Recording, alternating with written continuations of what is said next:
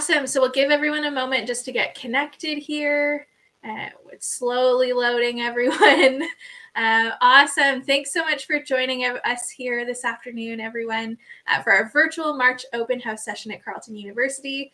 You are here for the Sprott School of Business section. So Bachelor of Commerce, Bachelor of International Business, if that's what you're looking for, you're in the right place. Today's session is going to be a great chance to go over everything that's happening in the Sprott School of Business, what you can expect, and also to be able to ask your questions. So on the right-hand side of your screen, you'll be able to see the chat. Feel free to pop in there, say hello. There's also a Q&A section. Feel free to ask your questions, and we'd love to get you some answers so that you feel excited and ready to go for the fall. Before I hand things over to everyone here from the Sprott School of Business, I like to take a moment at the start of each of our presentations to make some space to acknowledge the location of Carleton's campus. So although most of us are not currently located on Carleton's campus this afternoon, Carleton is located in Ottawa, Ontario, Canada, and on the traditional and unceded territory of the Algonquin Nation. Something that is important for us as an institution to take the space to recognize the history that we've come from, but also the future to where we're going and the learning path that we're forging along the way. At Carleton, we have 41 calls to action in our Keenamagwin report that we're working towards creating a more inclusive learning environment and more opportunities. And if you have any questions on what's happening with Indigenous relations at Carleton, I encourage you to check out our Indigenous Access booth under our Services tab today, or carleton.ca/Indigenous to learn more. But I'm not the one that you came to hear from today. I'm going to hand things over to our folks here from the Sprott School of Business. The first person that you'll hear from is Dr. Howard Nemeroff. He's an Associate Professor of Finance and our Associate Dean of Undergraduate Studies. So Howard, I'll hand things over to you.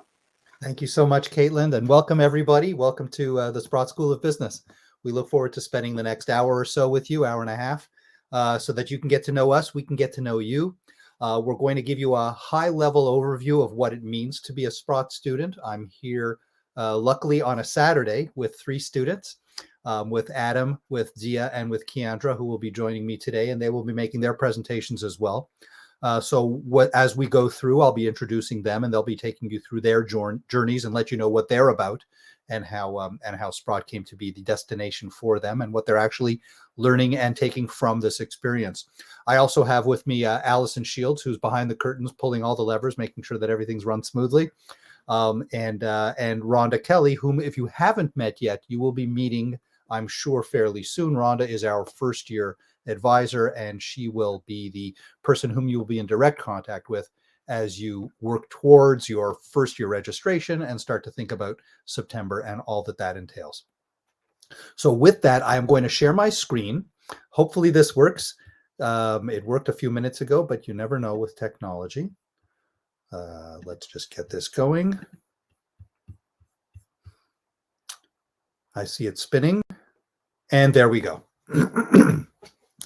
So as Caitlin mentioned, that's me, Howard Nemeroff. I'm the Associate Dean of Undergraduate Programs, and I also am an Associate Professor of Finance here at Sprott. What that means is that not only do I oversee our 2 undergraduate programs, the Bachelor of Commerce and the Bachelor of International Business, which we're going to be talking about today, but I also, as an Associate Professor of Finance, I also teach finance courses to mostly to upper year undergrads, to our MBA students, and to our PhD students. I've been doing this for, I've been teaching finance for quite a while. I also actually oversee the Sprott Student Investment Fund, which we can talk about a little bit later on if there are any questions concerning that. And Deca actually is a finance student with 1 foot in accounting, but we'll try to pull her out of accounting and get her more into finance as her journey continues. So with that, hopefully everybody can see the screen. I will slowly go through the slides. First things first, for those of you who are about to hit that accept button and choose Carleton and the Sprott School of Business as your school of choice for your 22-23 academic year start, that's your new home. This is the new building, the new Sprott School, the new Sprott building. It's called the Nickel Building, named after donor Wes Nickel. And I see, is everybody seeing that? Is it all working? Excellent. Not only is this by far the nicest building on campus, biased opinion, of course, but it is also without a doubt the nicest business building in Canada. So I welcome you all to join us and experience this new building. I'll show you a couple of pictures on the inside. Of course, I'm joking. Every school has a beautiful building. Ours is the nicest, but every school has a beautiful building. And I do suggest that you do take a look inside. If you happen to be on campus or in Ottawa, come on by and visit. But this is actually a live shot. Well, not a live shot, but it's an actual shot of the building that was taken upon completion. We moved in August of 21. We unfortunately had to move out again when Omicron came back, or came to meet us, so to speak. And we've slowly been moving back in since the beginning of February this year, with classes starting to be resuming in a face-to-face, in-person format since the beginning of February. And this is the inside of the building. I've got two pictures over here on the right that you could see, and then all that information over on the left. As I mentioned, we opened in the fall of 21. The picture on the top right is actually taken from the front of the building on the third floor looking down. It's gorgeous inside, as you can see. There's a huge screen. I don't know if you can all see my mouse. Is that working? If I flip it around here? Yes, no, I guess not. Okay, well, in any event, that big screen is, I'm going to say, probably about 20 feet tall by 20 feet wide. It's a monstrous TV that normally would be showing all sorts of events and activities, with that beautiful staircase winding around. For those of you that saw Gone with the Wind, well, there it is. There's your staircase. And down below, you'll see these are breakout rooms that we have immediately outside of our classrooms, which are also state-of-the-art. And what a breakout room is, just to give you a sense of what innovative learning spaces we do have, is that you'll be in a class. You'll be studying something. You'll be in a group of, let's say, 30 or 40 other students. And then the professor will say, okay, I want 3 or 4 of you to break out into 3 or 4 groups, or 5 or 6 groups, or whatever it is, and start to work on X, whatever project it is that you might be working for that particular class. Go out to those breakout rooms. Everybody's going to get assigned a breakout room, and go and work on your presentation, go through it together, come back into the class, and then address that with the class, and then we'll have these discussions and so on and so forth.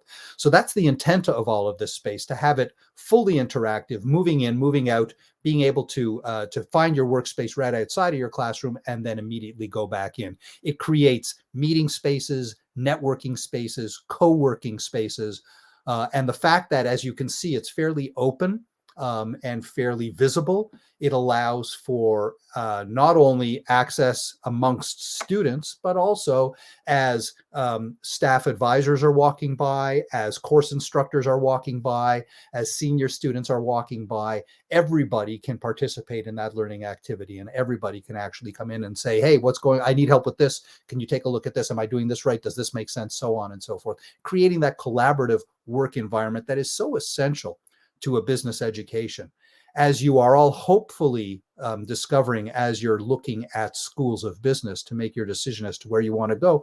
Hopefully you're noticing that business requires this engagement, requires this networking, requires this collaboration, and requires what I like to refer to as relationship building.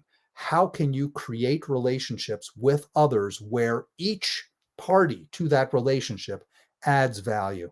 And that value could be defined however you so choose. It's all about defining what that value is for you. Doesn't have to be dollars and cents, right? It could be on a sustainability front.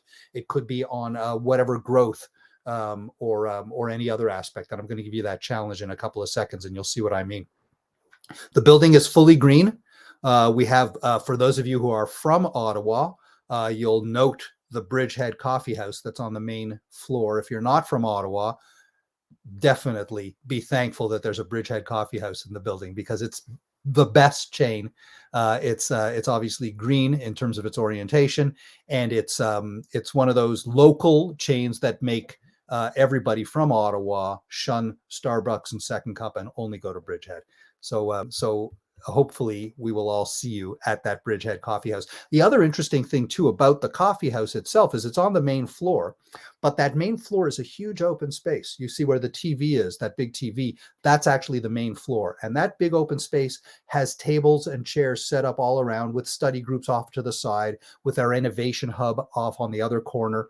And the open space and the I guess the wide aspect of it allows for so much interaction. You go and you get a coffee and you sit down at that table, and there's people all over the place walking through. It again makes for that collaborative environment, which is critical. I mentioned earlier, and I just want to mention this again, the building was named after Wes Nicol, who unfortunately passed away a couple of years ago. But Wes was a huge supporter of the business school, very successful business entrepreneur in the Ottawa area, and gave us a ton of seed money to start the original construction of the building, and has been supportive, and his family has been supportive ever since. So on to what it means to be a Sprott student. And this is basically what I will be presenting to all of you as you approach in September, as you approach campus on September 6th, Academic Orientation Day. When I meet you all live for the first time, I will be asking all of you this question.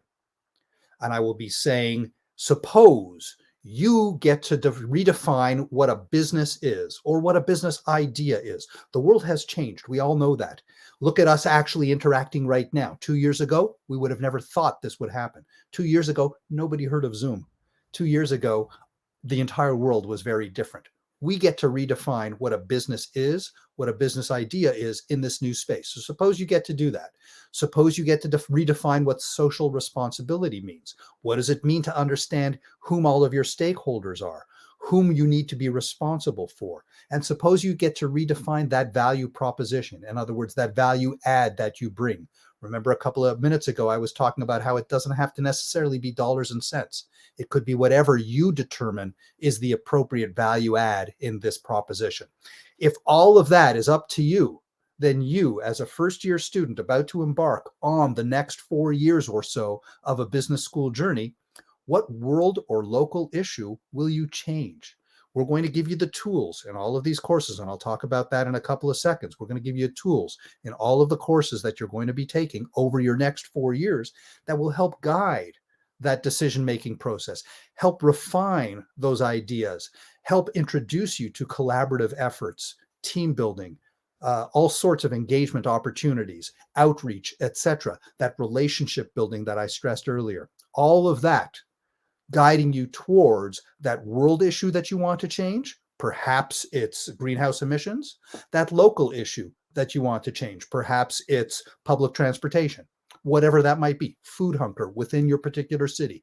Those issues, those challenges, what are you going to take on given the tools that we give you? I'm going to be asking our student panelists this very question when we get to the Q&A, and you'll see where they've come in their journeys here at Sprott. But do take the time to think about that.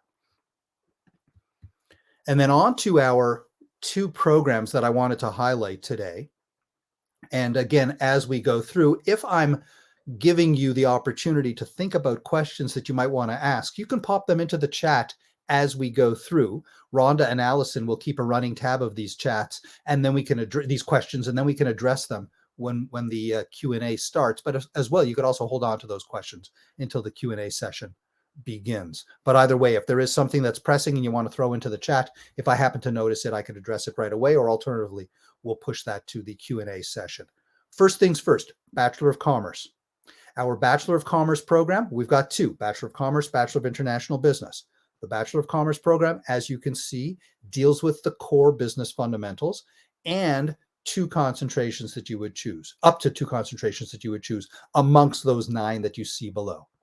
Now, in those 9, you'll see that last one, Business Analytics, has 2 asterisks next to it on either side. And that's specifically because it's a brand new concentration. All of you will be the first ones actually gaining access to that concentration because it's starting this coming September. It hasn't started yet. Okay, so I wanted to mention that. Those concentrations and the way the structure works, as our students will tell you, well, not Keandra, because Keandra's a BIB student, but certainly Adam and Dia will tell you, the BCom in your first 2 years consists of core business fundamental courses and support courses outside of the business school that are required for business, such as economics, psychology for business, sociology for business, math for business, etc. Those courses that you take in first and second year, regardless of one of those 9 or 2 of those 9 concentrations that you see below. Every single one of you will be taking those same courses in your first and second year. So if you chose on your application, for the sake of argument, accounting, and you said, I wanted to specialize in accounting, I want a concentration in accounting, you check that box, and let's say you did get accepted into accounting. First of all, congratulations. Second of all, if you did get accepted into accounting and during your first 2 years, there are other courses that all of a sudden you didn't think about as being of interest, it was like, oh, wow, management. I hadn't even thought about anything in a career with regard to a career in management, but this really gets me excited. Well, because those first 2 years of business courses are common across everybody in the BCom, you have effectively all the way up until the end of second year to change your concentration and modify your program pathway seamlessly so that you don't lose a step. And what that means is that if, for the sake of argument, you chose accounting, you then say that, wow, I really like management and that's what I want to pursue. Well, by the end of second year, you walk into the advisor space on the 3rd floor of the Nickel building, or you reach out to Rhonda in first year and you say, I want to change my concentration. Nice and seamless. On you go. The beauty of changing concentrations is that we don't put a cap. Once you're in the Sprott School of Business, you're in the Sprott School of Business. You can change back and forth between concentrations without any worry about them filling up with other students within the Sprott School. So they're yours for the taking. And you've got plenty of time to figure that out and make sure that that concentration is indeed the concentration that you want to pursue. I'm going to talk about that in the context of co-op when I deal with Dia's experience in a little while, but we'll get to that later on. As you'll see, there is a co-op option that exists with the BCom. There's a study abroad option, and there's a minor that you could actually do in another subject if you so choose. Both Adam and Dia are indeed minoring. So not only do they have concentrations, Adam in info systems and Dia in finance, but Adam is minoring in computer science and Dia is minoring in stats. So you have an opportunity to actually take courses outside of our faculty if there are other pathways that interest you, and then add to your degree. So those are all options. They're not required. They're options. You'll see the admissions requirements on the side, but at this point, I imagine that many of you have at least started to hear as to whether you've gotten accepted or not, but those are there just in case you're still waiting to hear as to where you might stand. And we can certainly address that in some of the questions. I see that Mohammed is saying that the audio is gone for him. Is it gone for everybody else? Can you all hear me? It's all good. Oh, audio is fine. Hopefully, Mohammed, it's coming back. But if not, maybe if you watch the recording later on, the audio will be there. Moving on to the BCom, the BIB, and this is Keandra's space now. Moving on to the BIB, this is a little bit of a different animal. Again, you're taking core business courses over those first 2 years along with all of your classmates, but you're also taking intensive language study so that you could be prepared to go abroad in your 3rd year for a mandatory year abroad now. Remember, the BCom, optional, BIB, mandatory. You must go abroad. Now, unfortunately for students last year and the year before, during COVID, we obviously had to make exceptions, but students are in fact planning on going away in September for this coming year. And we have students who actually were able, oh, there we go, Mohammed, audio is back. Great. And we have students this year in January who actually went on their international exchange for the first time in 2 years that we were able to open up. Obviously health dependent, and we will follow the provincial and the government and the federal guidelines as to what's allowed and what isn't allowed. But there is a 3rd year required travel abroad, and that year abroad can be made up of 3 possibilities: either a full year of study abroad at a school that we partner with. You see the study abroad locations there, or an internship abroad for that full year in one of those countries as well, or alternatively, half and half. Year abroad will be made up of half of the year studying, half of the year internship. So those are the three possibilities that could exist depending on where you go, what type of internship you could land, and so on. And then in fourth year, you would come back and you would tie it all together and work towards graduation. Those first 2 years, French, German, Japanese, Mandarin, or Spanish, are the languages that you would pursue. It's possible, should you have the ability to be almost fluent in any one of those languages, and you wanted to travel to one of those country destinations, it's possible that you could actually test out of the language. We would then pop in other course requirements for you in lieu of the language. But alternatively, if you were, let's say, fluently bilingual in English and French, you grew up in Montreal or whatever the case may be, and you wanted to learn Spanish, well, that option would be available to you as well. And the beauty of that is that then you start to tack on another language to your resume. I believe it was either The Economist magazine or Barron's magazine or one of the business magazines about 3 or 4 years ago did a detailed study. Granted, this was amongst US students, but it's fairly universal in terms of the result. A detailed study of students who assumed or pursued an additional language while studying in their undergrad. And those students were seeing a 20% pop in their salaries when they were graduating from university. So students with additional languages were that much more marketable in the business world than students who only had English as their language. So for those of you pursuing the BIB and you happen to already be bilingual, why not pursue a third? You don't have to, but it does certainly add to your resume.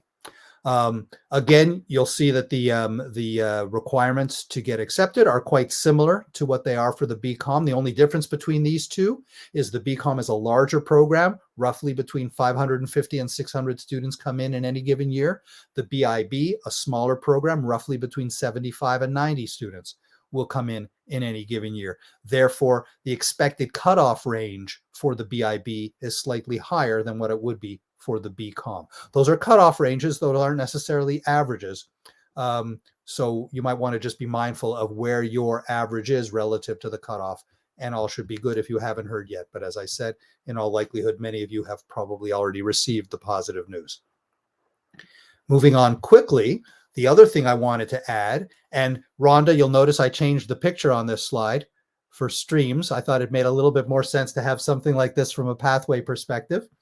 So we do have a brand new opportunity here at Sprott, and specific to Sprott, and that is along with the concentrations that you are actually pursuing, whether it be, as I mentioned, accounting or finance or marketing or management that you saw before, or within the BIB, global finance or international marketing, etc. So whether you're pursuing a concentration or not, whether you're pursuing two concentrations or not, you also have the ability of tacking on a stream, which is kind of a concentration light. So this is perhaps 3 or 4 courses in a particular area. For example, suppose you wanted to get a concentration in finance because you were really interested in the financial markets, but you also wanted to get a little bit of a sense of data analysis and understand how to perhaps code in Python really quickly if you wanted to get some algorithmic trading things down.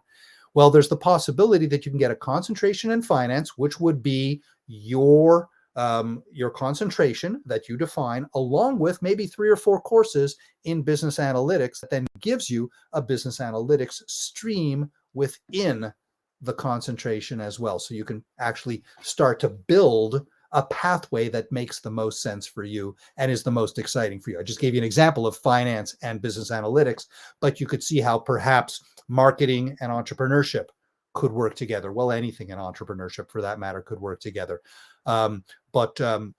But these are the 3 streams that we have presently available for all of our students, and we are continuing to expand on more of these. And that could, I think, be a really exciting opportunity for you to not only take your concentration and follow your path, but then tack on these streams that give you that little bit of an extra edge to say, hey, I'm also comfortable in this space. And from an employer perspective, that's also a really neat selling feature. I'm going to stop my presentation now. I'm going to see if this allows me to go back here. Yes, it does. And I'm going to very quickly go over to, I believe our first speaker is Adam. I'm looking at the time here. It says that I had 20 to 25 minutes. Rhonda, look at that. I don't think I've ever done that in my life. right? I don't think so either, Howard. You did a great job. So I made it just within the 25 minutes. And with that, I'm going to pass it off to Adam. Adam's going to take you through his journey over the next 3 to 5 minutes or so. Then I'll come back on, and then we'll do the next student and the next student, and then we'll do some Q&A after. So with that, Adam, the floor is yours. Thank you very much. So yeah, my name is Adam. I'm a third-year student in BCom with a concentration in information systems and a minor in computer science. I'm actually from Ottawa. So unfortunately, I have to commute to Carleton, but I've been missing campus a lot. So I'm very glad that we've got the new Nicole building that's open, and classes are now hybrid and hopefully soon fully operational. So yeah, a little bit about my journey. My first year, when I first started, I was involved with Frosh. I signed up for Frosh. I participated in the Sprott event. So for those that don't know what Sprott is just a couple extra events for the business students. So you get to meet some of your peers, and you get to get a good introduction to the business school, the clubs that we have available, SPSS, which is our Student Business Society. And they were a big part of my journey through Sprott. So I was able to get a lot of opportunities by joining these clubs, and it really enhanced my my campus life, I would say. So so I always try and push students to try and get involved, and these extracurriculars really advanced not only your resume but also your support system in school and your network. So so just a couple of examples. The first club that I was a part of was Deca, and Deca is for those that haven't done it in high school, it's a business case competition club. So we participate in different competitions, and you can choose which categories you wanna compete in. If you're someone that's interested in accounting, you can compete in the accounting class, and then there's wide range of other ones, marketing, etc. So yeah, that was the first one, and throughout my journey, second year and third year, I was more involved with my minor in computer science, and then there's other clubs that I was introduced to, and one of them is called Carlton Blueprint. So they develop applications for non-for-profits pro bono, so for free. So I'm not a developer with them, but I'm on their exec team, so I try to support the club with their endeavors. So again, by being involved on campus and these extracurriculars and being involved in these clubs, you get a lot of opportunities, I guess, sent your way. So yeah, I would encourage the first year students to get involved with Frosh, try and participate in Frosh if you're in person, and also follow SPSS. Look at the different clubs that are under the SPSS umbrella, and yeah, and through your academic path, as Howard mentioned in the very good presentation, you've got a lot of possibilities for streams and concentrations and minors. So the reason why I decided to choose a minor in computer science was I was always very passionate about technology. Never really wanted to be, a full stack developer and do that for my career, but I at least wanted a good introduction to what engineers and software developers, what they do. So I tackled on this minor in computer science, and this allowed me to stand out and in the market for when you apply to co-ops and stuff, and was able to get a co-op in my field, which is cybersecurity. So yeah, I would encourage you to stay open, look at what opportunities you have out there, and the more you can stand out, the better, and just enjoy your experience with the extracurriculars as well. So with that, I'll pass it over to Dr. Howard again. Thank you so much, Adam. That was great. And thank you for sharing your experience. I have obviously a ton of questions that I'm going to be asking you once we get to the Q&A. But just so that everybody in the crowd can actually start to think about this, the things that Adam mentioned. So SBSS, the Sprott Business Student Society. What does that mean? We'll talk about that in a little while. Why is Adam suggesting you join us? Well, everybody becomes a member of SPSS, but why should you be involved in SPSS? Skin in the game, right? You want to be involved because that means that you have some interest. You have to support other people support you, and on it goes. So that's going to be certainly something that we're going to touch on in a little while. And then we can also talk about what it means if you're living in Ottawa on campus versus living in Ottawa off campus, as Adam experienced. And we'll get, as I mentioned, into that when we get into the Q&A. So thank you, Adam. That was fantastic. I'm now going to turn it over to Deca, who's going to take you through her experience. Deca actually happens to be from Gujarat, India, and is an international student here, who's in her third year. So obviously a different experience than Adam. And we'll let you, Deca, take us through that, please. Floor is yours. Thank you. Hi, everyone. A very exciting time for all of the students here, trying to decide your university for the next couple of years. Very exciting time. So hopefully I can share my experience and give you guys some insight. I've had a very unique experience with Carleton and Sprott. I started out with choosing a computer science major when I first came here, with a stream in business. And I've always wanted to pursue business. And I've always had I was always very passionate about it. So after my first semester, I did end up switching to Sprott, and I would say that's the best decision of my life that I've ever made. I am a concentration in finance, and I have a statistics minor as well. So I feel like statistics minor does go hand in hand with my finance degree. So for anyone who's considering finance, do consider statistics as your minor. It's very interesting. Lots of fun, lots of math if you're into that. I would say I started off I actually did attend Frosh, and I would say it was a lot of fun. I made so many new friends, and if I could have that experience again, I totally would. So I encourage you to do that. You make lots of connections, be open to the idea. I also did live on campus in my first year, although I live off campus now. So I have the experience with both. On campus was a lot of fun. It definitely does prepare you to live with other person, which is very interesting. You'll make lots of great friends on your floor. The resident staff is super helpful. I remember I've made so many friends on my floor. I lived in an all girls floor, which was also a very unique experience. And the residence building is beautiful, of course. I did end up just being involved on campus from right off the bat. I was involved with the McCordrum Library. I was on the student advisor team with McCordrum Library. And then I was also very interested. I was always interested in computer science. So I was involved with Carlton Artificial Intelligence Society. It's called CASE. And I was involved with them on their executive board for over a year.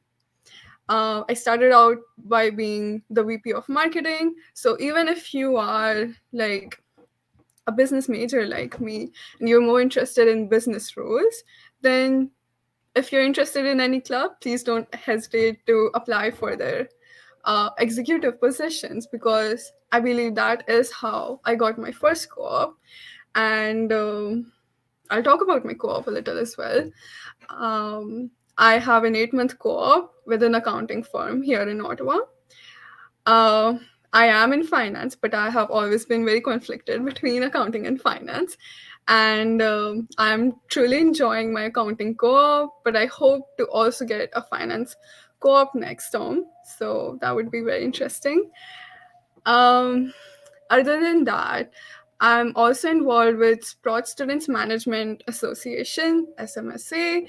I'm the VP of Finance on their board.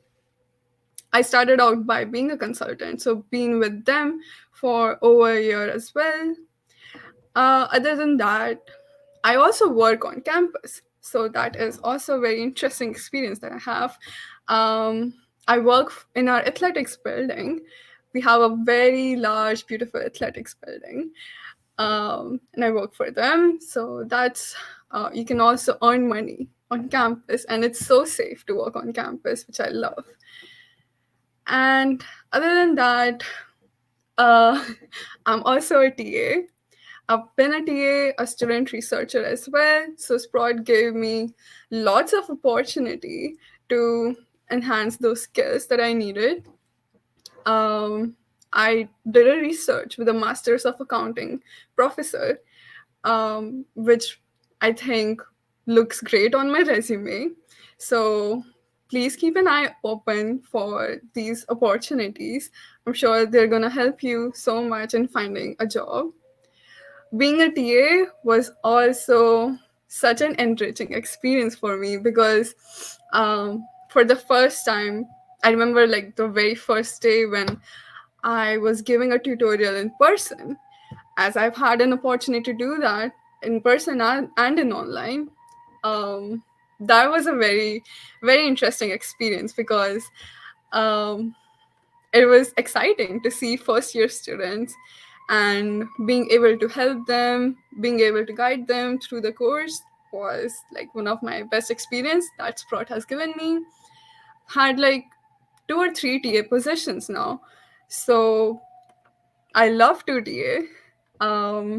And I would suggest that there's ton of opportunities on campus for you, um, on your in your business stream as well as out of your stream as well. You can always keep an eye out for volunteering opportunities or employment opportunities. And yeah, I hope that that has given you guys some insight. And I'll pass it again to Dr. Howard. We actually have a question, Howard. Did you see that in the I chat? do. I was going to jump on that. Thank you, Rhonda. So firstly, Dia, thank you so much for that. Not only is there a question here, but again, similar to Adam, I've been taking notes and I have a ton of questions that I'm going to be asking you in the Q&A. But the question from the floor now is, what is your role at your co-op placement and how closely related are finance and accounting? Perhaps you can talk about your role now, and then we can later on talk about how closely finance and accounting are related. Oh, yeah, sure. So my role right now is being a staff accountant. I'm on a tax team. So I am right now only doing corporate taxes, which I'm so happy for. I love doing corporate taxes. It was a very deep learning curve for me coming from finance. But I would say that there wasn't a lot of difference in finance and accounting until second year. So I didn't feel like I was behind or anything. And yeah, I'm on the corporate tax team. Very interesting. Great, thank you. And what we'll do, Mohammed, if it's all right with you, is when we get into the Q&A, we can then talk about the specifics with regard to accounting versus finance, management versus marketing, etc., and perhaps get some insights there if that's okay. We can push that question to our Q&A. With that, though, just for the purposes of time, and because I do want you all to hear what Keandra has to say with regard to the VIB and with regard to her experience. Keandra's from Alberta. We won't hold that against her. Right. But Keandra's from Alberta. And now, of course, we welcome everybody from everywhere. And I've been to Alberta and it's absolutely gorgeous.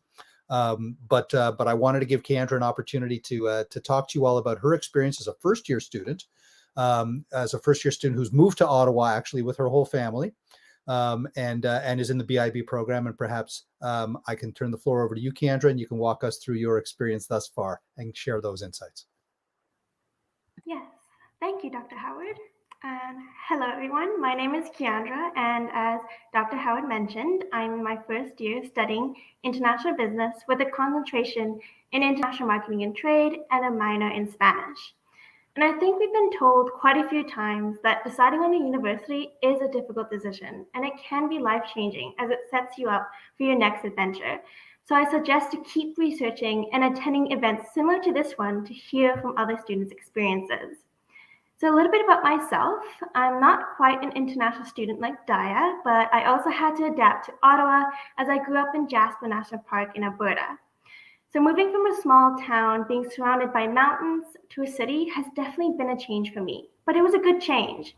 And although Ottawa is a city, I found it quite easy to get around with the easy access to nature, as well as the historic downtown is also a bonus.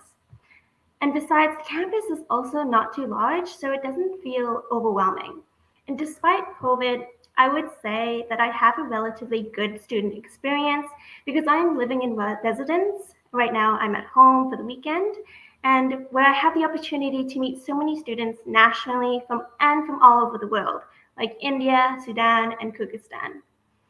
And aside from that, I also have joined several clubs and intramurals. So this year, I was a part of JDCC, Jeu de Commerce Central, as an internal volunteer, Deca as a delegate like Adam.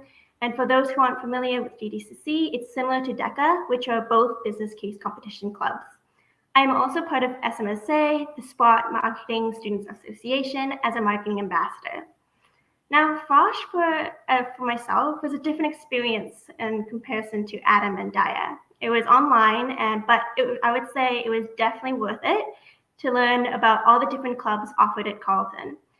And in addition to the Frosh orientation, I also took in the first year connections program. So for those who would like more support or would like to connect with a second, third year student to ask further questions about university life experiences, I think this program is great for this. So of course there was a transition from grade 12 to university, but overall I have really enjoyed my first year experience so far.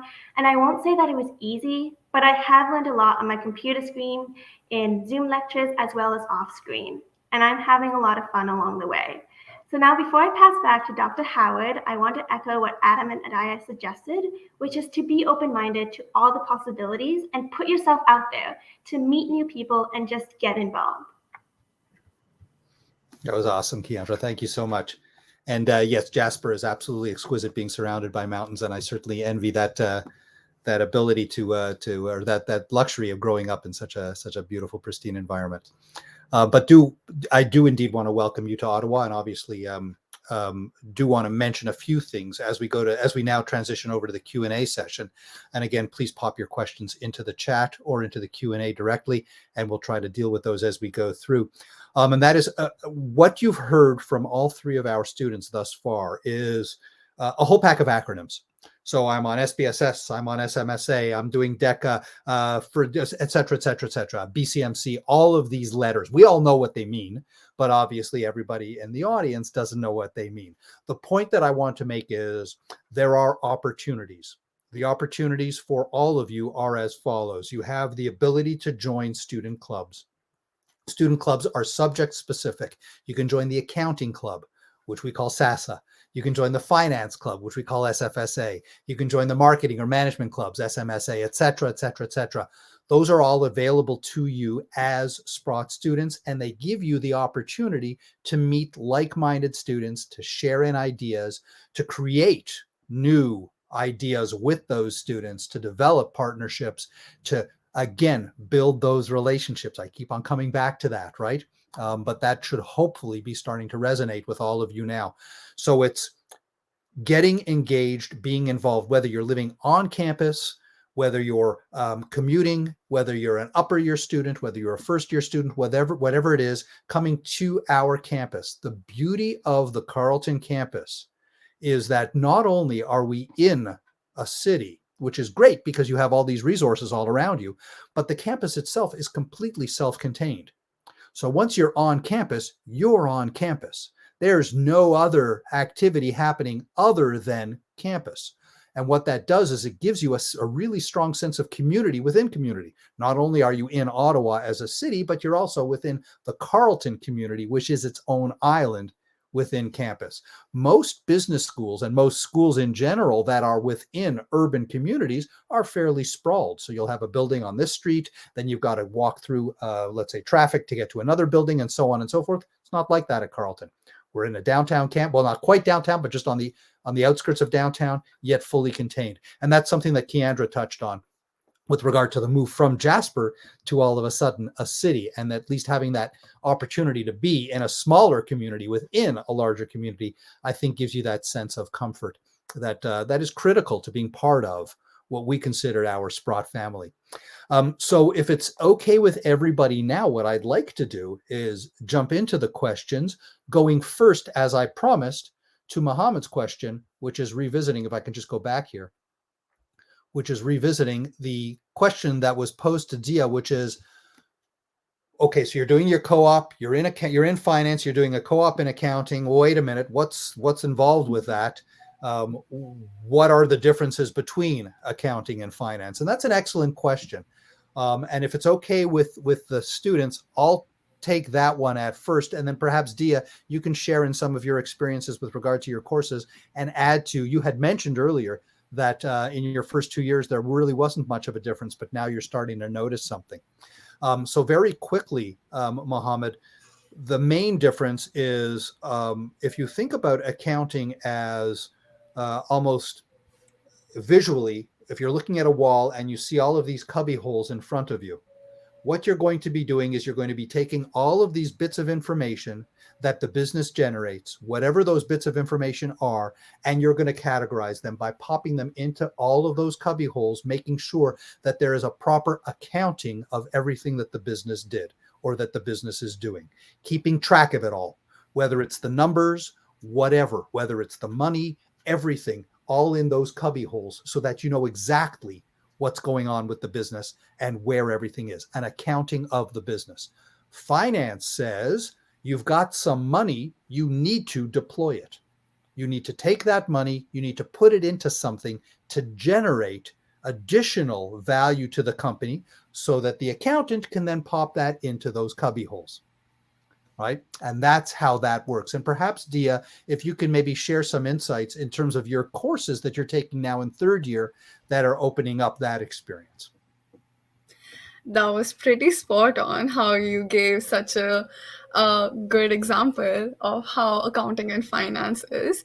I am myself still confused, but I'm more leaning towards finance because I feel like that is where my passion truly lies. Accounting and finance, until second year, we all are taking similar courses, mostly the same courses.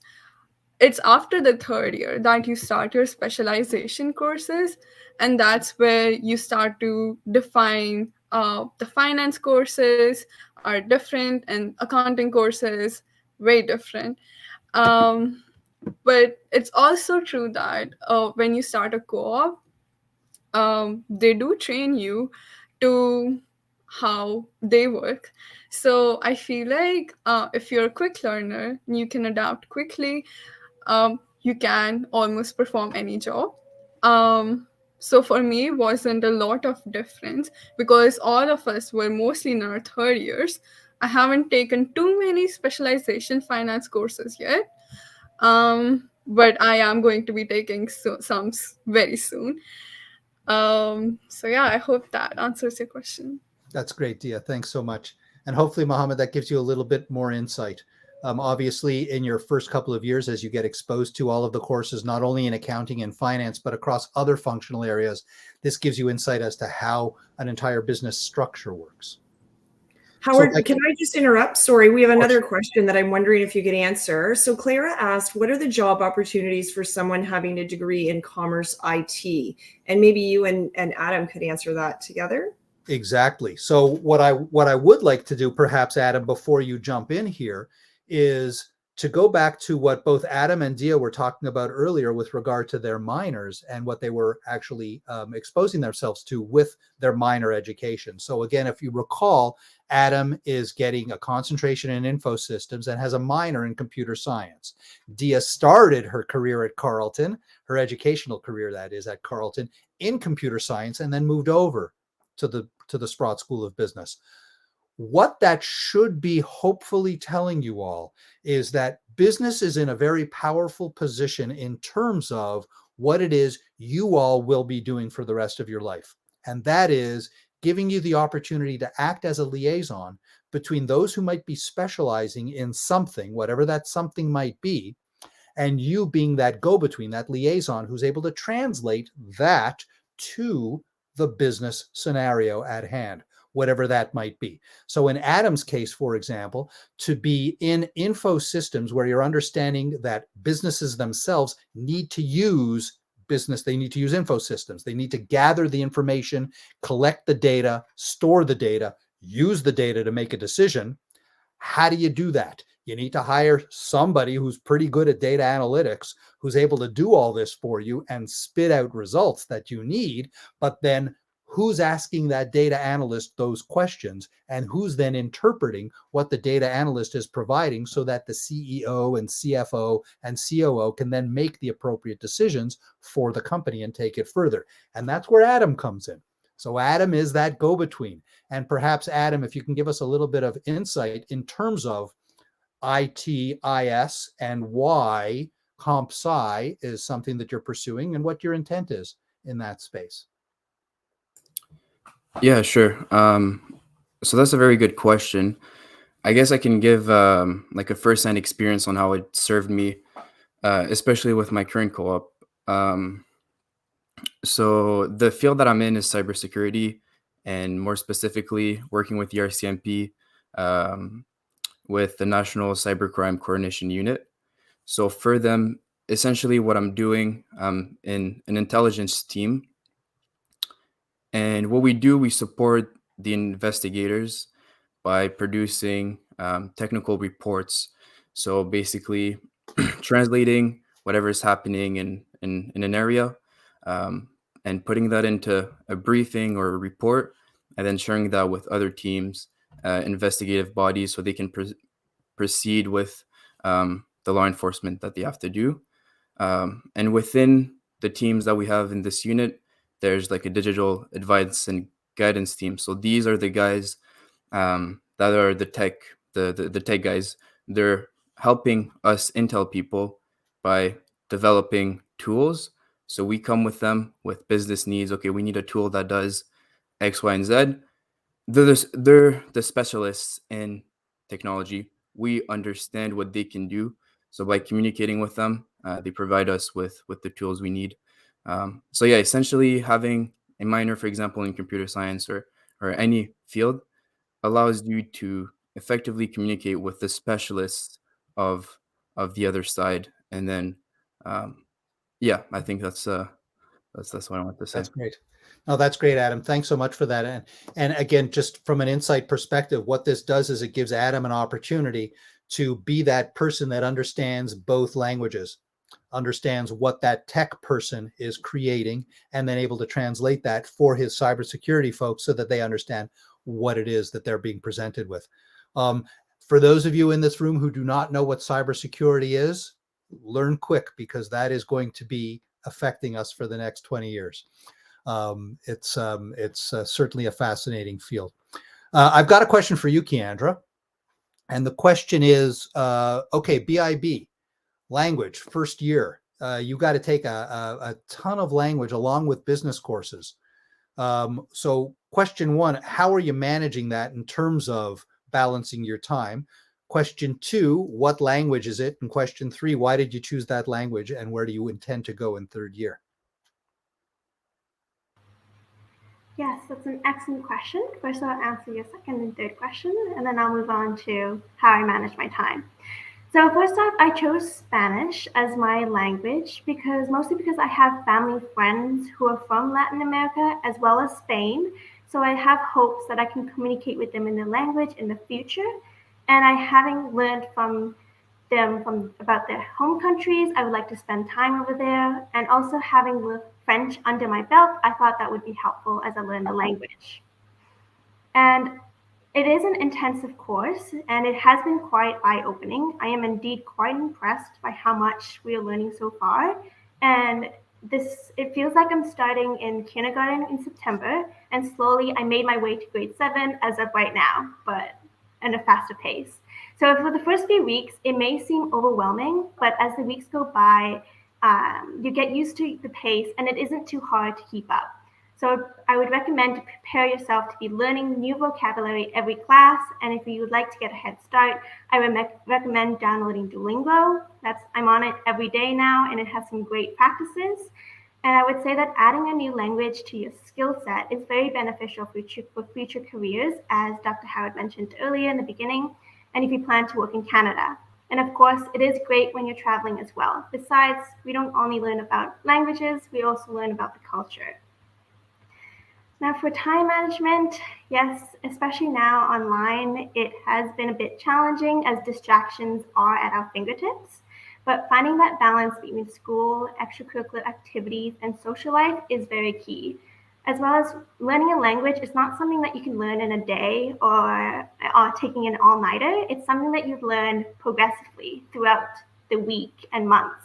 So for me, that has been creating weekly schedules and keeping an agenda with all my important dates and what I have to get done throughout the day. So I stay flexible day by day, and I continue to practice my Spanish as well as speaking with my sister. She's as well as in the same program, and that way I can maintain the language as well as keep learning it throughout the course. That's great. Thanks so much, Keandra. And I guess what in terms of time management, it's always I wouldn't say necessarily eye-opening, but it's always something to be conscious of as you go from high school to university, that it's all on you now, right? There is no high school guidance counselor who is hanging out with you all the time and saying, here, do this, do that, et cetera, et cetera. Of course, we have support systems in place here. Of course, we have Rhonda, who's absolutely fantastic and guides you through that first year. But it becomes your responsibility. Rhonda can only help you if you want to be helped and if you take that initiative. It becomes your responsibility to manage your time. It becomes your responsibility to make sure that you meet your deadlines. Rhonda doesn't meet your deadlines. You do. Rhonda just makes sure that if you have questions and you need resources, she can point you to those resources, and those resources are available.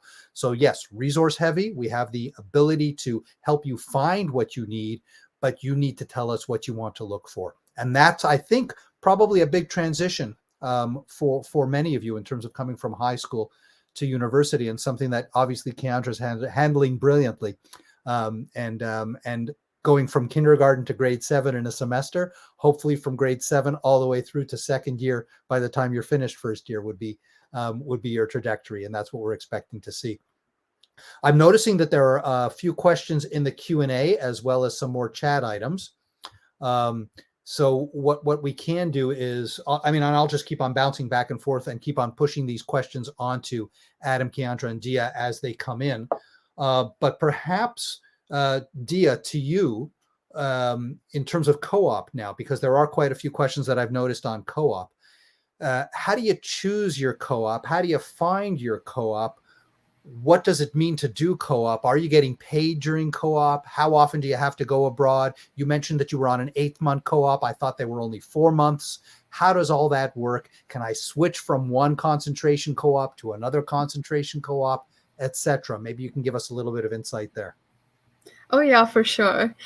So first of all, co-ops are paid, thankfully, which is great. Good money to make. It helps you pay for your education. So I really like the co-op program, especially being an international student. And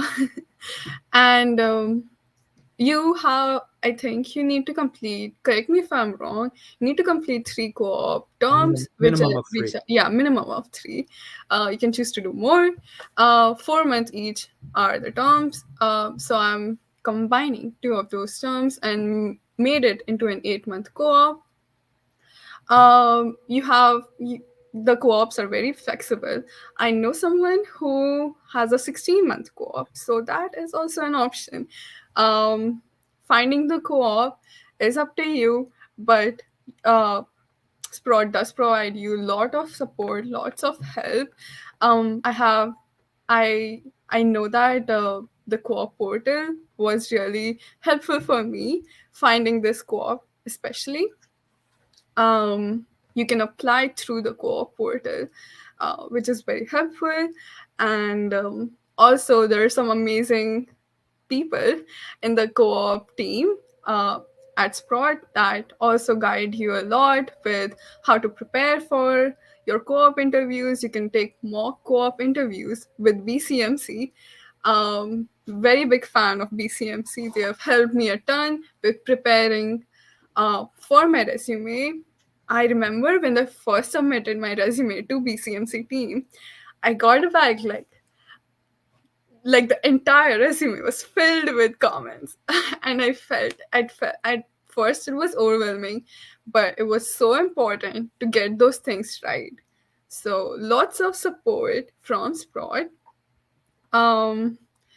In terms of whether we can switch from one concentration to another concentration co-op, yes, absolutely. I know a lot of people who have done that. I have a friend in finance who is now taking a marketing co-op because she wanted to explore that option as well.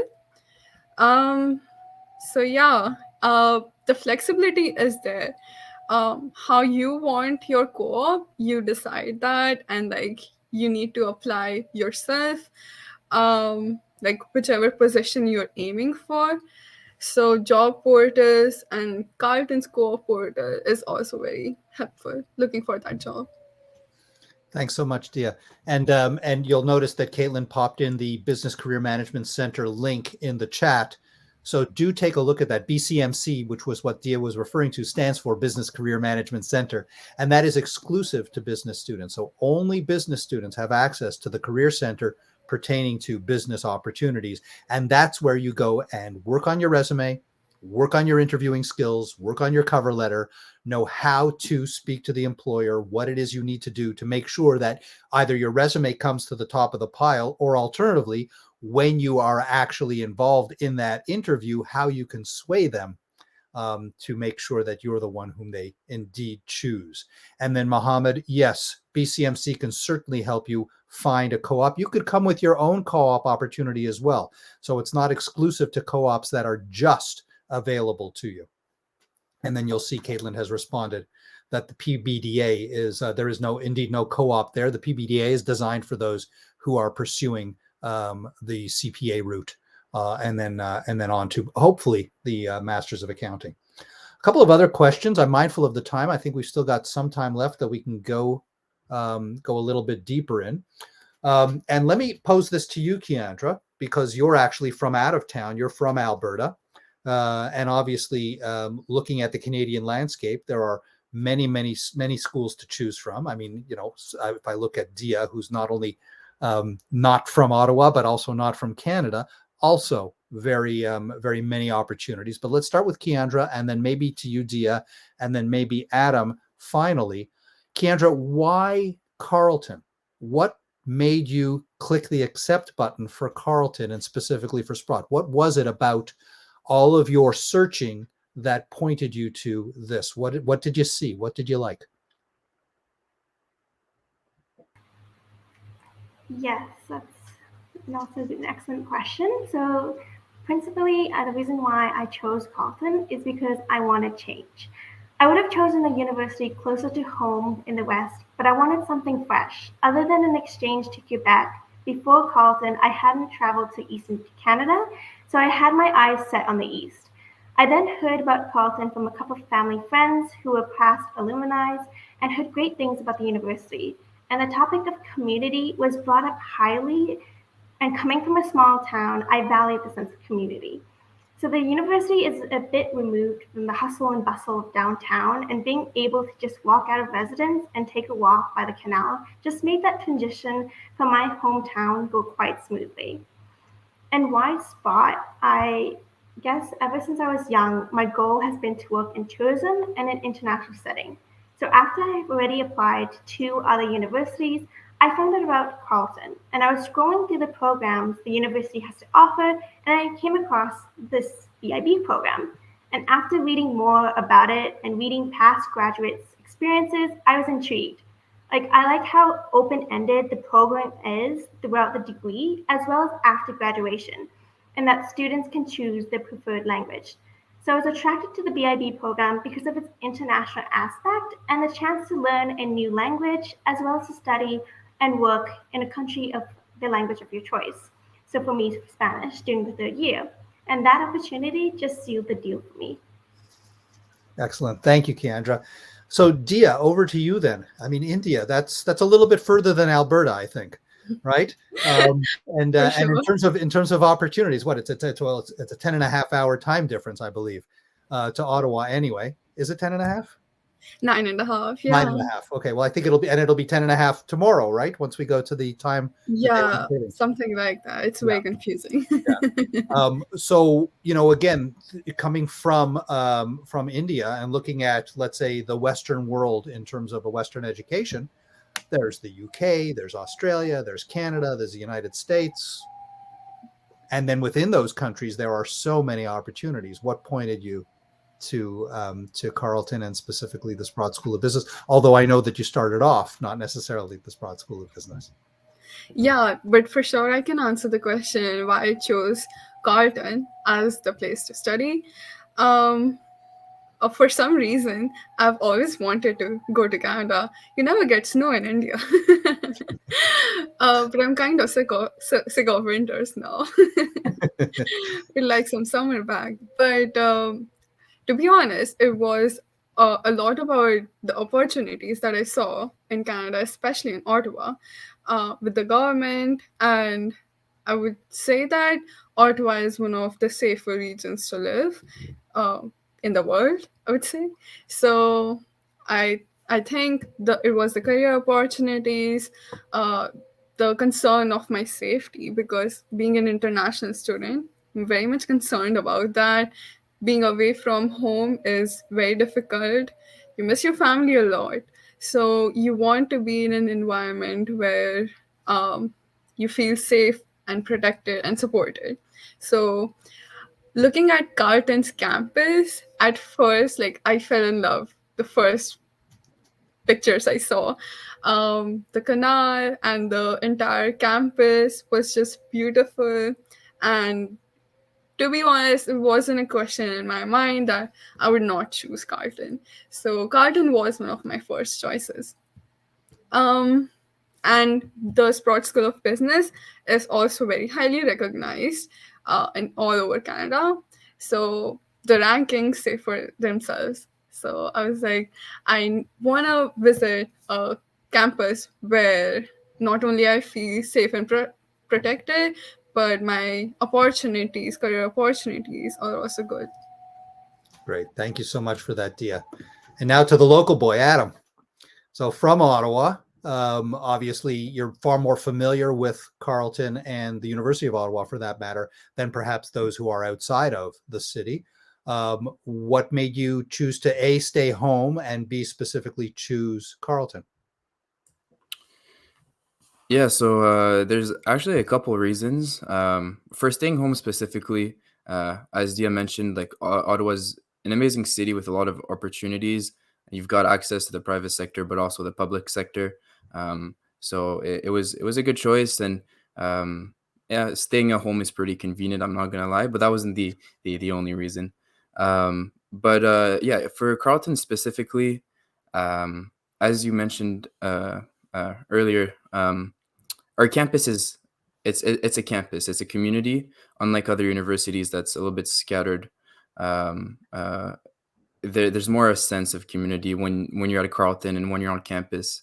And when I visited the campus as well, I've got access to some of I guess amenities like the gym or the pool, or if you want to go play rec sports. It's a lot more accessible than other universities. And the only other one here that I was going to apply to was U Ottawa.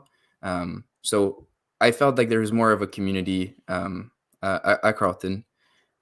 So those were some of the main reasons. And once I completed my first semester, I had no regrets. I did so much, and since campus is all together, when you have different club meetings and whatnot, it's very convenient, and also just the tunnels. When you're in person and you're traveling through the tunnels to go to different places, since all the students are going through the same tunnels, there's a lot going on, and there's always people with tables, and there's the cultural clubs that always have events around. Some of the clubs also set up some of their props to try and get students to join. So It's very vibrant place. So that's something that I really liked. Great. Thank you so much for that, Adam. If I can, maybe jumping to a balancing question again, and this is for all three of you, and maybe we can just we can perhaps start with Keandra again, and then to Deca, and then to Adam. Balancing between socializing, between working, potentially if you do have a job. Deca was mentioning being a teaching assistant. Alternatively, work, so socializing, work, study, etc. How do you manage, if you're, in Adam's case, not on campus, how do you manage relationship building amongst your peers? How do you socialize with other students? How do you stay involved? How do you make sure that you could actually handle all of that? So Keandra, why don't we start with you and see where your headspace is in that space? Okay, yes. And I just want to reiterate what you, Dr. Howard, mentioned earlier. I find that the biggest aspect of high school for me, that it was more structured and the teachers were there to remind you to hand in assignments, your homework. Whereas in university, you're expected to manage your own time and workload. So it's more focused on independent learning and prioritizing your time. So it's really up to you to find that school and life balance. And the way I find that school life balance, yes, I'm not perfect. I'm still learning along the way. I stay up to date on my social media and what's going on, since everything's now mostly virtually. And I stay up to date on these events. I try to get involved as much as I can wherever I'm available. And with meeting new peers, I find the best way for anyone to meet new peers would just to get involved as much as they can, especially in this virtual world. And this includes participating in these online events, applying for a position, or simply joining a club as a delegate. And that way you can meet people who have similar interests and make connections with other students from upper years. And I just suggest by making small commitments, and soon enough, you just get yourself out there and you find your pace and where you are at as the semester goes by. That's spot on, Keandra, and thank you for bringing that up, because I think that the important piece that the grade 12s in the audience have to recognize is that all of you in grade 12 for the past 2 years now, so all through grade 11, all through grade 12, you've been online, right? Yes, you've had classes here and there. You've been able to go to campus, then they've shut school down, then they've opened it up again, then they shut it down again. You get to see your friends, you get to not see your friends, so on and so forth. Well, then once you get to university and you have to start building those relationships, and you have to start networking, and you have group projects and all sorts of things around that, it becomes that much more difficult if things keep on closing down and opening up and closing down and opening up. And to Keandra's point, if you can force yourself to engage, however that engagement is, whether it's online through Zoom sessions, whether it's in person as we slowly open up more and more and more to in-person activities, these become critical. Adam had mentioned earlier about all the activities that take place in the Carleton tunnels underneath campus. Unfortunately, right now, the tunnels are closed. Tunnels are closed because of COVID. Classes are on. We have the ability to go into buildings. We're not allowed to go into the tunnels yet because of the air filtration. It needs to be obviously updated and upgraded so that it's safe for everybody to go there from a COVID perspective. So being able to recognize that you're going to have to perhaps extend beyond your comfort zone, go outside of your box of comfort, so to speak, and push yourself is what it's all about. And certainly, Deca, I'm sure, coming from India and coming to a new environment all by yourself, you had to push yourself as well. How do you, Deca, balance that? How do you factor in those socializing elements? How do you stay on top of not only your work, but your TA work, your studying work, and your socializing and engaging? If you can perhaps give the students some insight on that too. For sure. It was a very different experience for me because the education system in India, as many international students will relate to it, is very different in Canada. But I love it here, and that is one of the reasons why I chose to come here. I really like the education system here because it gives me the flexibility to not only have classes, have full course workload, but also work alongside, like have a part-time job or TA or have a co-op. So I really like that the university does give us a lot of work and study opportunities. But not gonna lie, it does get a little bit difficult as it goes on. So I would say to force yourself to practice, like be a responsible student, attend your classes, and submit your assignments, but also factor in that time to socialize. What I used to do was finish all my coursework within the 5 days of the week, and then I would keep my weekends completely empty just to socialize or attend events. um, so that's how I manage my time.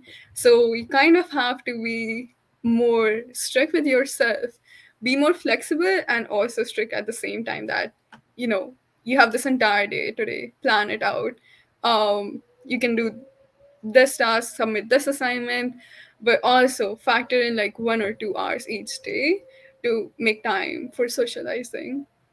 And I think the beauty of that, if you can structure your time accordingly, is finding like-minded people within your classes, within your residence floor, whatever that might be, whom you could share these experiences with, so that if you have an exam coming up on Friday, you and your friends are all socializing and studying at the same time. And that creates a really, a great environment conducive to productivity. Everybody's working towards a shared goal. Everybody's helping each other, studying for that exam, yet you're still spending time with each other, which allows for that balance.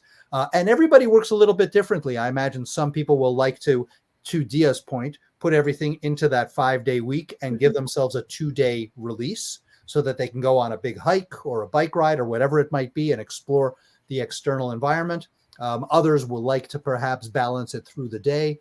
The important thing here, though, is that you need to take responsibility. You need to ensure that your commitments are being met. And getting back to my relationship building and engagement piece, if you've got classmates who are sharing in those commitments and responsibilities with you, it makes life so much easier. You now have skin in the game where you're supporting people. Those people are supporting you. Hey, did you study for question X? Do you know how to do this? So on and so forth. Working in the library together, all that leads to everybody. Rising tide rises all boats, right? Or a lifted tide, however the expression goes. Something about boats and tides, but you all know what I mean. And with that, Adam, over to you now. Again, probably the most difficult scenario for a student in terms of engaging in a university environment is going to be for that student who is from that city, because you've got a life that you understand and know about in Ottawa, yet there is a community that you're not living amongst because you're not in residence. You didn't have that residence exposure. You have your friends from high school. You have your network from high school. You have your friends, family friends, and so on and so forth. How do you manage that? How do you ensure that you engage in the Carleton and Sprott community as a local? Yeah, very good question. So yeah, first year, that was definitely something that was a bit of a struggle at first. Starting out my journey and trying to get involved and meeting all these new people, I now had two different, I guess, social groups. The people that I know from back home, my friends from high school, my community here in the East End. I was working at the pool and everything, so I already had a system, a networking system here that was in place. But now I had Sprott. So I found myself at first, always or often being on campus for classes and all the extracurriculars, not spending as much time with my friends from high school as they were going to other post-secondary institutions here in Ottawa. So something that was important for me to develop was like my time management, similar to what was discussed, and just trying to find with trial and error things that would work for me to free up spaces in my schedule where I can allocate times to different times to stay in touch with my friends from high school, and then obviously my life on campus and my extracurriculars. So I think it all comes down to developing a way for you to study effectively, and breaking up your schedule is into time slots and allocating, for each slot you're going to be doing something different, and that's going to come with time. As a first year student, it's a challenge. I'm a third year, and it's still something I'm trying to work on. So yeah, it's a work in progress, but yeah, that's how I work. That's what I did for me. Excellent. Thank you, Adam. And sticking with you, Adam, my next question. Suppose, I mean, you're in third year now and you've gone through quite a few courses, and you've had some that perhaps you went through quite easily, some that you had difficulty with, some that you needed support from your fellow classmates, etc. What if you are struggling in a course? What if you're having difficulty with a particular course in terms of either the content or the deliverable? Whoops, we've just lost him. Right in the middle of the question. Look at that. God bless technology, right? Okay, well then I'll continue on with the question. We'll let Adam come back, and then perhaps maybe Dia and Keandra can pick up the slack until Adam gets back to speed. So we're dealing with a course that's giving me difficulty. I've got my peers to help. I've got other resources. Whom do I go to? So Dia, perhaps starting with you as a third year student, whom do you go to when you're stuck? And Adam, don't worry, we'll come to you in a second. Yeah, for sure. So when I feel stuck, first of all, I seek the help of my friends, peers, taking the same class.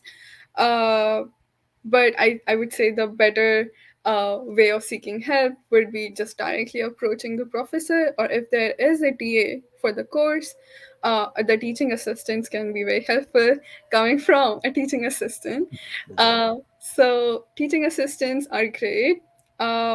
There's also some courses where you have something called PASS, and PASS facilitators kind of are your TAs, but they're not grading your papers. They're just taking some extra classes to help you and give you some resources because they have taken that course before. So some of those classes do have PASS. Keep an eye out for that. Usually in the first few weeks of the class, the professor announces if the course has PASS or not. So yeah, professors, teaching assistants, your peers. There's lots of group activities always in business courses. So you're for sure going to be interacting with lots of students.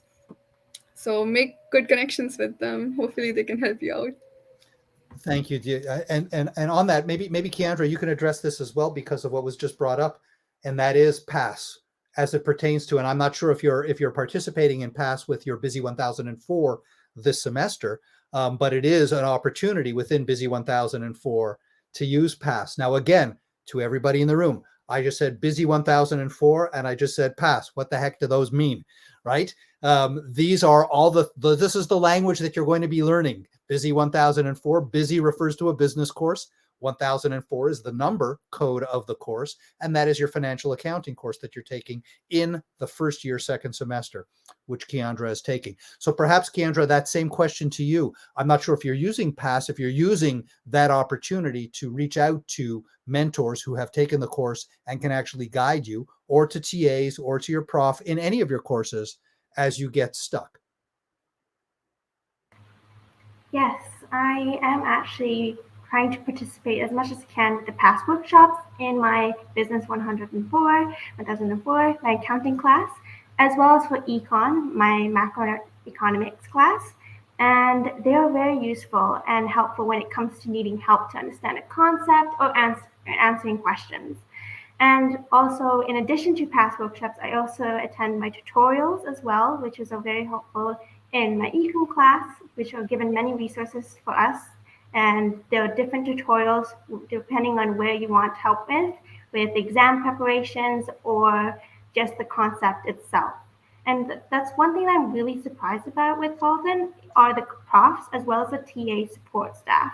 Because I honestly wasn't expecting much from the professors, as I first expected that it would be much harder to connect with them as I would just be sending emails and working behind the scenes. And I thought that with the virtual classes, I would never get to meet any of my profs and that the experience would be very impersonal. But I'm really impressed to say that I have already met almost all my profs in one-on-one meetings from my last semester courses and as well as this semester courses. And it turns out they're very accessible. And this just makes me feel valued as a first-year student. So, yeah. Thanks so much for that, Keandra. And speaking as a professor, again, remember, I am not only the associate dean, but I'm also an associate professor of finance. Know that we love getting questions from students. We're standing here, and in some cases, we're staring at a Zoom screen. Oftentimes, it's just a black screen with the white name in print. If we happen to be in person, there are students sitting in the class. For a student to ask us a question is so exciting and so, oh, yes, they're listening. Great. Let's start diving into this. So perhaps this happens in high school for some of you, perhaps it doesn't, but do know that there is nothing that a university professor wants more than to engage in serious conversation about a particular topic that is pertinent to the class. It gets us going. It gets us excited. It's just a great opportunity to continue with that engagement. So yes, of course, reach out to PASS, and you'll notice that Caitlin put in the PASS URL there, and it stands for Peer Assisted Study Sessions. That's what PASS refers to. So do reach out to your TAs, to your DIAs of the world who are actually your TAs. Do reach out to your professors. We don't bite your heads off. We want to hear those questions, and certainly do take advantage of PASS. So Adam, both Keandra and Deca covered for you when your connection went down, so we're good there. But I will jump to, because we've got a few minutes to go now, I will jump to my last question, and I'll start with you, Adam, and that is, you are in grade 12, you're sitting in a session, you're listening to Howard and a few other talking heads talking about how wonderful their program is, all this kind of stuff, everything, all this information, it's all flying at you. What is that one piece of information that you wish you would have been told in that session that you want these students to hear from you?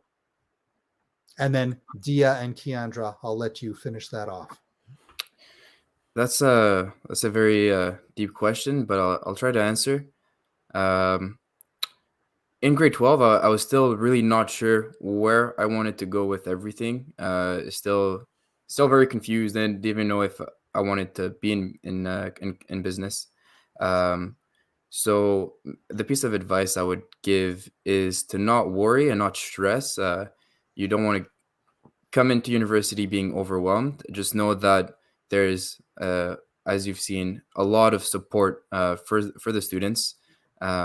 So everything will work out, and you will find your niche. You'll find, like Dr. Howard mentioned, like-minded people in the Carleton community, and somehow you'll connect with them, and it'll go on from there. And I'm sure you'll have an amazing journey. So just don't be overwhelmed, and take it one step at a time. That's it. One foot in front of the other. That's how you get forward. Yeah. Well put, Adam. Thank you for that. Deca, over to you, please. Yeah, as I mentioned, it's a very exciting time for these students, but it's also very stressful to know that this one decision is going to impact the couple years to go by. So I would say that what would have helped me make this decision easier would be just to go with my gut feeling. Like, trust your instincts, like trust the knowledge that you have now. Keep on attending such sessions and getting to know the school, and like see if the school fits what your idea of a perfect school is, like what your dream school would be. So see if the school supports you, the school has resources for not only your career but your mental health and overall well-being. So choose a school that chooses you. That's a very good line. Oh, that's very well put. Thanks. And again, choose the school that chooses you. Before I get to you, Keandra, to close this up, what I did want to mention, and perhaps echoing what Deca says, as you go through all of this exploration and you seek out schools where you've been accepted, where you've applied and you're waiting for acceptance, do your homework, and don't necessarily look at the school as, oh, I want to go there because of the name. I want to go there because it's in such and such a city. I want to go there because these are the school colors, or because they've got a really good basketball team, or whatever that might be. I mean, unless it's Carleton, and of course we have a really good basketball team. But think about whether you feel as though you will be a Keandra, a Deca, an Adam. Will you be among friends? Will you be among people whom you feel most comfortable with? Is the fit right? Because all of the commerce schools all over Canada all offer the same intro accounting course, the same intro econ course, the same stats course, the same finance course, same textbooks. We all use the same textbooks across the country. We're all teaching the same material across the country. Yes, different professors have different approaches. Some are more exciting than others. Some are more fun than others. Some you're able to relate to better than others. So do your homework and make sure that what you need is actually at the school that you're choosing. Can you experience that at your school that you choose? And that's something that I think you all have to be very careful with in terms of that decision. We would love, Rhonda and I would love nothing more than for all of you to choose Carleton as your next home. But we recognize that it's not necessarily perfect for everybody. So hopefully, and I'll let Keandra finish off in 1 second, hopefully what you're seeing today is a little bit of a sense of whom we are and what you can expect if you were to become a Sprott student and join our family. With that, I'll turn it over to you, Keandra, for your parting remarks. Yes, I think all three of you already nicely summed it up, but I just want to add what I would have maybe wished I could have heard more often, and when I was 8 months ago, is that Carleton has its resources.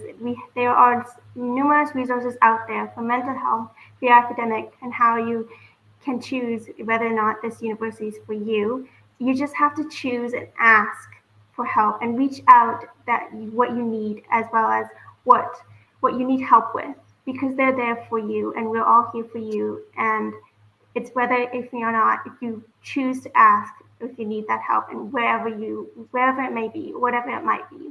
And I just want to say for myself, 8 months ago, it seems like everyone else had the idea of what to do or where to go, and I didn't know I wanted to take business. I didn't know about international business until I found Carleton. And it's just, you have to, as Dia mentioned, follow your instinct and your gut, and soon enough you'll realize what is right for you, and not just for your friends, but for you yourself, and only you.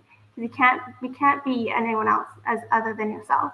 And I just want to leave that it's okay that you don't know everything, but just take it day by day, and soon enough you'll find where is your home. Very well said, all three of you. And then hopefully, as I said, this is giving you a sense of the type of community that the Sprott School of Business is, what you can expect. These past, I guess, 90 minutes or so of discussion have given you a little bit of a window into whom we are. I want to thank Keandra, Deca, and Adam. You're fantastic job. Thank you for relaying your experiences to the high school students so that they could all get a sense of what it means to be you in the next year, Keandra, or in the next 3 years, you, Deca, and Adam. Rhonda, thank you so much for managing the questions in the chat and certainly keeping us on task. I just wanted to point out that Rhonda has her email in the chat now for everybody. Should you have any questions, please reach out to Rhonda. What Rhonda can do is Rhonda can also put you in touch with Keandra, Deca, and or Adam should you have any follow-up questions for them, or for me for that matter, and or for admissions or whatever it might be, and we'd be more than happy to help guide you in your decision as you go through. So with that, Rhonda, I don't know if there's anything else we need to say or do, or Caitlin at this point. If there are no other questions amongst the students, I suppose I will turn it off to Caitlin and we can see where we go from here. Awesome. Thank you so much, Howard, Adam, Keandra, Deca, Rhonda, Allison, everyone from Sprott for sharing a bunch of great information with us this afternoon. I hope that the students who have been joining us and have been listening have learned something, gotten some of your questions answered, but know that if you have any, you're reaching out to a super friendly place who just wants to see you succeed. So as Keandra said, don't be afraid to reach out. Ask questions. If you need help, all you need to do is ask. So thank you so much for joining us at our virtual March open house session with the Sprott School of Business this afternoon. If you have any other questions, you can head over to our booths to chat with some of our student support services, some of our other academic programs, or you can always reach out to us by email if you have any questions. But this is where I leave you for this afternoon. So thanks again for joining us, and have a great rest of your weekend. Take care, everybody. Look forward to seeing you all soon.